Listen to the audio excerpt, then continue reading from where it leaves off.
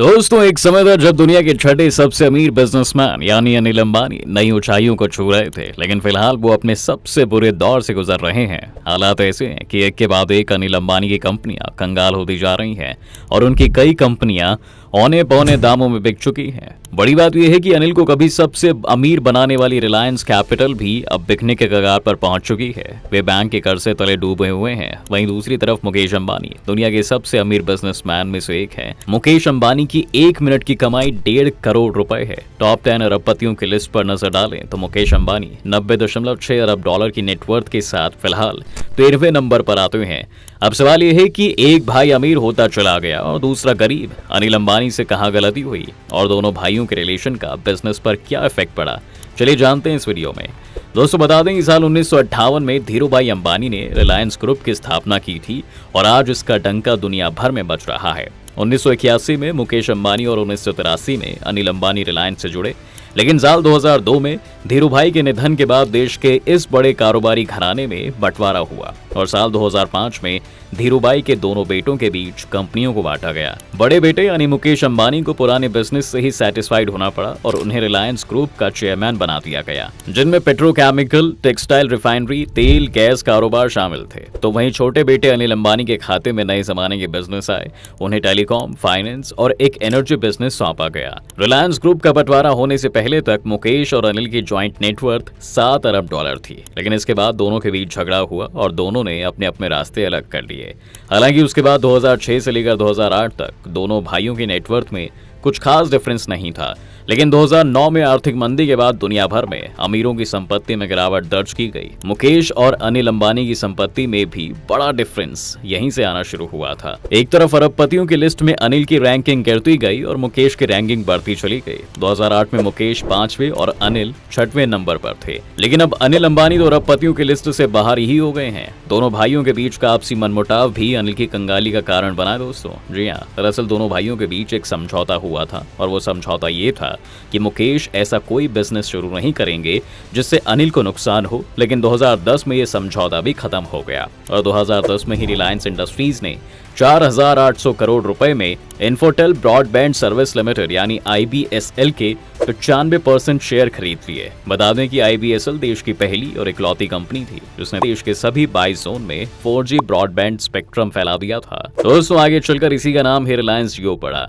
मुकेश अंबानी ने 5 सितंबर 2016 को रिलायंस जियो लॉन्च किया और यहाँ मुकेश ने एक बिजनेसमैन की तरह सोचा और शुरुआत में कस्टमर्स को लुभाने के लिए कंपनी ने 6 महीने तक 4G डेटा और वॉइस कॉलिंग फ्री रखी। इसका रिजल्ट ये रहा कि रिलायंस जियो तेजी से बढ़ने लगी। Telecom regulatory authority of India यानी ट्राई के आंकड़ों के अकॉर्डिंग सितंबर 2016 में रिलायंस जियो के पास 1.5 करोड़ से ज्यादा कस्टमर्स आ गए थे। इस समय तो छोटे भाई अनिल के रिलायंस इन्फोकॉम कंपनी के मार्केट शेयर भी 8% से ज्यादा थे, लेकिन जैसे जैसे समय बीतता गया प्राइस वॉर की वजह से अनिल की कंपनी के कस्टमर्स घटते चले गए और मुकेश की कंपनी के कस्टमर्स बढ़ते चले गए। Telecom regulatory authority of India यानी ट्राई की नई रिपोर्ट के अकॉर्डिंग फरवरी 2023 में जियो के नेटवर्क से 10 लाख नए कस्टमर्स जुड़े हैं, जिसके बाद कंपनी के कुल कस्टमर्स की संख्या 42.71 करोड़ पहुंच गई है। वहीं जितनी भी रिपोर्ट्स हैं या प्रैक्टिकल सिचुएशन को देखें तो रिलायंस इन्फोकॉम या रिलायंस कम्युनिकेशन का कोई फ्यूचर नहीं है।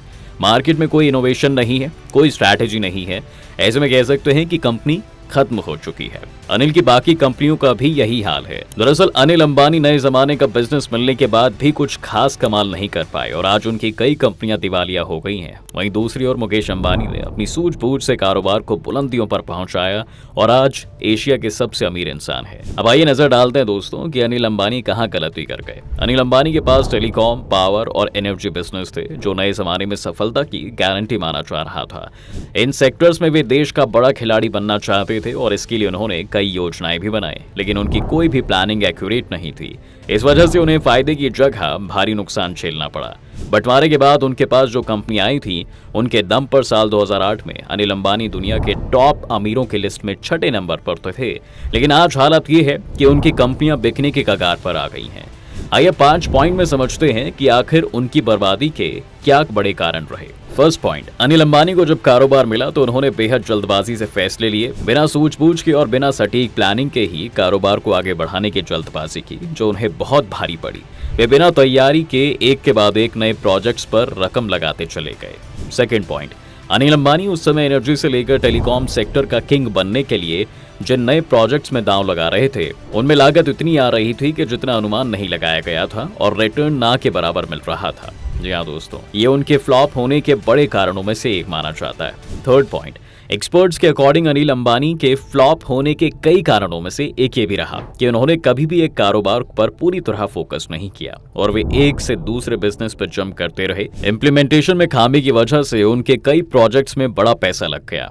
फोर्थ पॉइंट, अनुमान से ज्यादा लागत होने के कारण उन्हें प्रोजेक्ट्स को पूरा करने के लिए एडिशनल इक्विटी और दुकानदारों से कर्ज लेना पड़ा।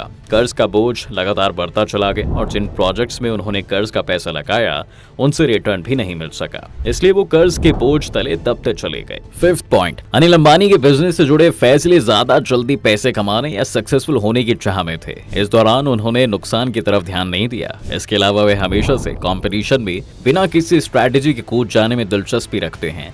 इसके चलते कर्ज के बोझ और 2009 की ग्लोबल मंदी में उन्हें दोबारा उठने का मौका भी नहीं दिया। वहीं बात करें तो आरकॉम की सारी मुसीबतें खुद की पैदा की हुई नहीं है। दरअसल कंपनी की शुरुआत करने वाले मुकेश अंबानी ने सभी यूजर्स द्वारा इस्तेमाल की जा रही GSM यानी 2G की जगह CDMA टेक्निक चूज की थी और बाजार शेयर और सब्सक्राइबर्स बढ़ाने के लिए बहुत ही कम रेट्स की घोषणा कर दी थी। हालांकि अनिल अंबानी के रिलायंस इंफोकॉम या आरकॉम के पास जियो की तरह रिलायंस इंडस्ट्री जैसी कैश से मजबूत कंपनी का सहारा नहीं था।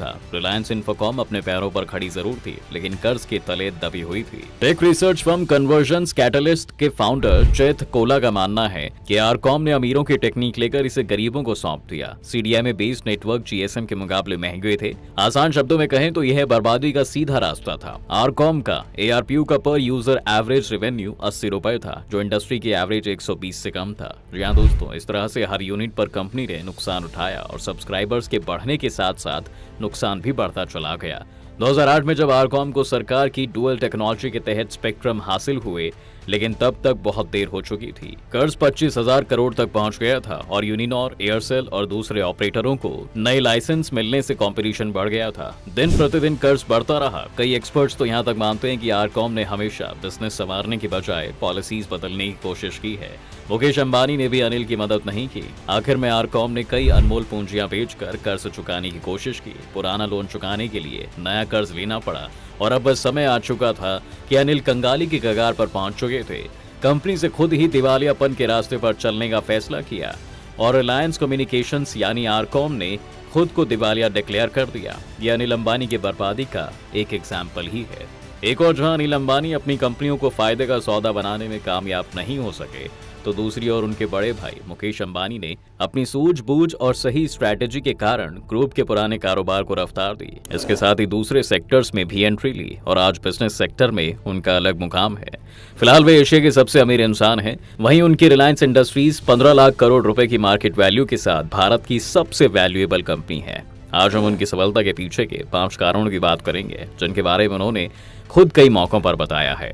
पहला कारण, बता दें दोस्तों कि पिता धीरूभाई अंबानी की दी गई सीख पर आगे बढ़ते हुए मुकेश अंबानी की सोच हमेशा दूसरों से अलग रही है। वो कहते हैं ना, एक कामयाब शख्स हमेशा भीड़ से हटकर सोचता है। यही खूबी उन्हें आज इस मुकाम पर पहुंचाने में हेल्पफुल रही है। उन्होंने टेलीकॉम इंडस्ट्री जियो के जरिए वो कमाल कर दिखाया जो दूसरे लोगों के लिए सपना था। ये उनकी अलग सोच का ही रिजल्ट था कि उन्होंने भारत के हर व्यक्ति के हाथ में मोबाइल फोन होने का सपना पूरा किया और इससे उनके कारोबार को भी रफ्तार मिली। नंबर 2, दोस्तों शायद आपको जानकर हैरानी होगी, लेकिन मुकेश अंबानी बेहद ही सिंपल लाइफ जीते हैं और लाइमलाइट से दूर रहना पसंद करते हैं। उनके पहनावे से ही उनकी सादगी का अंदाजा लगाया जा सकता है। वे पार्टियों से दूर रहते हैं और फैमिली और बिजनेस को ज्यादा टाइम देते हैं। भले ही आज वे एशिया के सबसे अमीर इंसान हैं, लेकिन वे अपने रूटीन में किसी तरह का कॉम्प्रोमाइज नहीं करते। डिसिप्लिन की ये आदत भी उनकी कामयाबी के बड़े कारणों में से एक है। नंबर 3, कहा जाता है किसी भी चीज को हासिल करने के लिए एक गोल बनाकर आगे बढ़ना जरूरी होता है। मुकेश अंबानी की सक्सेस के पीछे ये भी बड़ा राज है। वे पूरी स्ट्रैटेजी और गोल के साथ काम करते हैं। उन्हें पता रहता है कि कब क्या करना है। इन्वेस्टमेंट या नई डील से पहले वो और उनकी टीम पूरा होमवर्क कर फ्यूचर का एस्टीमेट लगाते हैं और पूरी तैयारी के बाद ही इन्वेस्टमेंट करते हैं। इससे नुकसान की पॉसिबिलिटी कम हो जाती है। यही कारण है कि आज रिलायंस कई सेक्टर्स में अपने पोर्टफोलियो को लगातार एक्सपेंशन कर रही है। नंबर 4, मुकेश अंबानी ने कई मौकों पर कहा है दोस्तों कि इंसान कामयाब तभी होता है जब उस पर बड़े बुजुर्गों का हाथ हो। वह कभी भी अपने पिता और दूसरे ऐसे लोगों की बात को अनदेखा नहीं करते जिनसे उन्हें इंस्पिरेशन मिलती है। वे अक्सर अपने पिता की दी गई सीखों का जिक्र करते हुए कहते हैं कि आज इन्हीं की वजह से मैं इतना सक्सेसफुल हूँ। इसके साथ ही वो कहते हैं कि कामयाबी में आपकी पॉजिटिव थिंकिंग भी बड़ा रोल प्ले करती है। नंबर 5, दोस्तों, किसी भी कारोबार को आगे बढ़ाने में जितना जरूरी आपकी लगन और मेहनत होती है, इस सक्सेस में उतना ही इंपॉर्टेंट रोल आपकी टीम का होता है। मुकेश अंबानी भी अपनी टीम को लेकर बेहद कॉन्फिडेंट रहते हैं और इसे सक्सेस का क्रेडिट देते हैं। टीम अगर आपकी तरह ही मेहनती और पॉजिटिव थिंकिंग सोच वाली है तो आपका सफल होना पक्का है। तो दोस्तों, मुकेश अंबानी की तरह क्या आप भी सक्सेसफुल होना चाहते हैं? तो हमें कमेंट जरूर करें और वीडियो को लाइक, शेयर और चैनल को सब्सक्राइब करना ना भूलें।